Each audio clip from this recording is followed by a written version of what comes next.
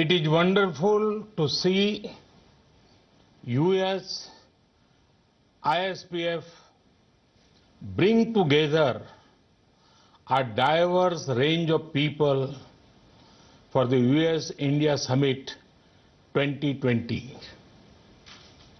The work of the US ISPF is bringing India and USA closer is commendable. I have known John Chambers for many years now. His affection towards India is very, very strong. A few years ago, he was awarded the Padma Shri honor. Friends, the theme of this year is a relevant one, navigating new challenges. When the year 2020 began, did anybody imagine this is how it would pan out? A global pandemic has impacted everyone. It is testing our resilience, our public health systems, our economic systems. The current situation demands a fresh mindset, a mindset where the approach to development is human-centric, where there is a spirit of cooperation between everyone. Friends, while looking at the way ahead, we should keep our focus on ramping up our capacities, securing the poor, future-proofing our citizens. This is the path India is taking. India was among the first in creating a responsive system of lockdowns. India was among the first to advocate the use of masks and face covering as a public health measure. We are also among the earliest to create public awareness campaigns about social distancing. In record time, medical infrastructure was scaled up, be it COVID hospitals, ICU capacities, and more. Starting from one testing lab in January, we now have around 1,600 labs across the country. The outcome of these efforts has been that a country with 1.3 billion people and limited resources has one of the lowest death rates per million in the world. The recovery rate is also steadily rising. I am happy that our business community, in particular small business, been proactive. From almost nothing, they made us the second largest PPE kit manufacturers in the world. This is in line with India's spirit of challenging the challenge to emerge stronger. In the last few months, the nation has battled COVID and other natural crises such as floods, 2 cyclones, locust attack. But it has only made the people's resolve stronger. Friends, through the entire COVID-19 period end the lockdown, the government of India was clear on one thing. The poor have to be protected. The Pradhan Mantri Garib Kalyan Yojana for India's poor is among the largest support system seen anywhere globally. Free food grain is being provided to 800 million people. This scheme operates for 8 months. 800 million people means more than double of USA's population. Free cooking gas is being provided to around 80 million families.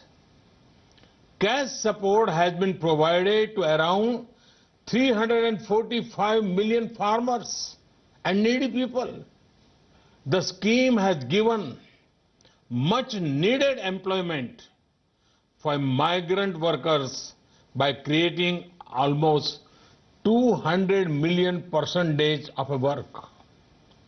Friends, the pandemic has impacted several things, but it has not impacted the aspirations and ambitions of 1.3 billion Indians.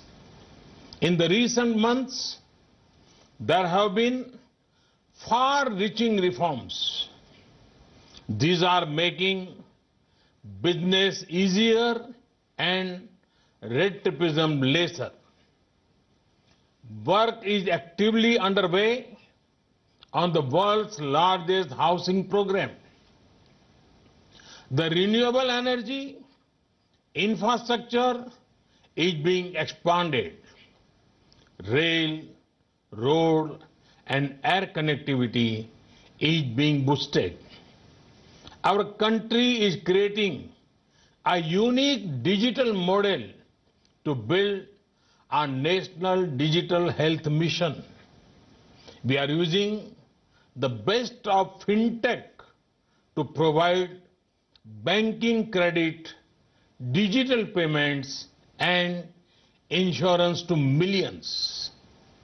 All these initiatives are being taken using world-class technology and global best practices. Friends, this pandemic has also shown the world that the decision on developing global supply chains should be based on not only on costs, they should also be based on trust, along with affordability of geography. Companies are now also looking for reliability and policy stability. India is the location which has all of these qualities. As a result, India is also becoming one of the leading attractions for foreign investment. Be it America or the Gulf, be it Europe or Australia, the world believes in us. We have received over $20 billion of foreign investment flows during this year.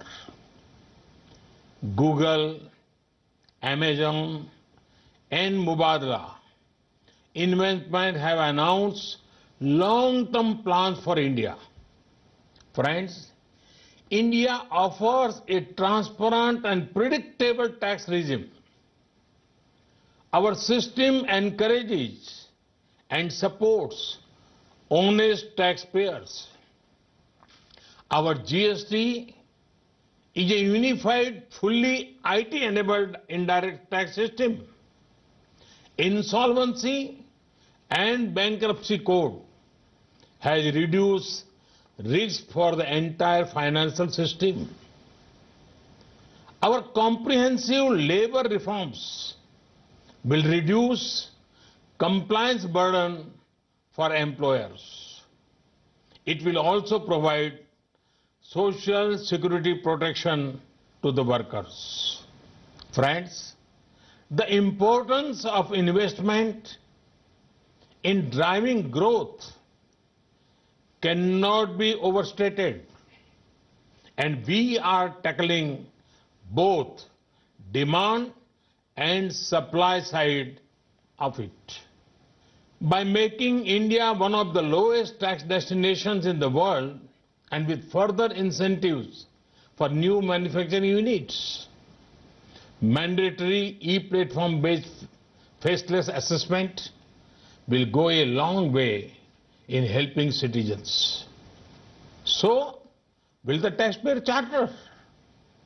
The continued regulatory reforms in bond markets ensure improved ease of access for investors. There are tax exemptions to sovereign wealth funds and pension funds for infrastructure investment. FDI into India rose by 20% in 2019. This when global FDI inflows fell by 1%. This shows the success of our FDI regime. All of the above steps will ensure a brighter and more prosperous tomorrow. They will also contribute to a stronger global economy.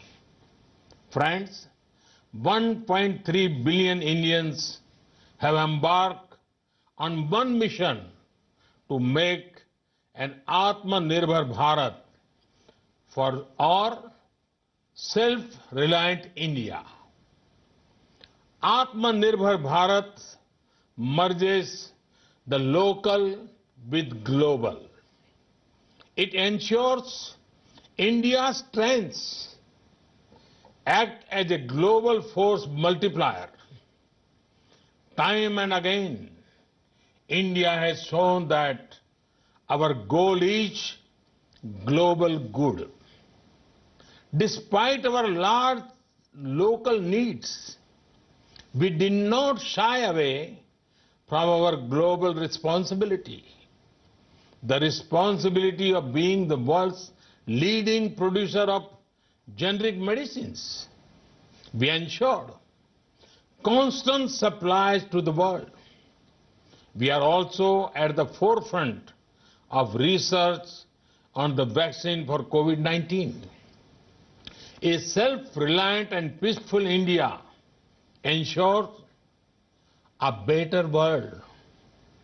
Atmanirbhar Bharat is about transforming India from being just a passive market to an active manufacturing hub at the heart of a global value chains.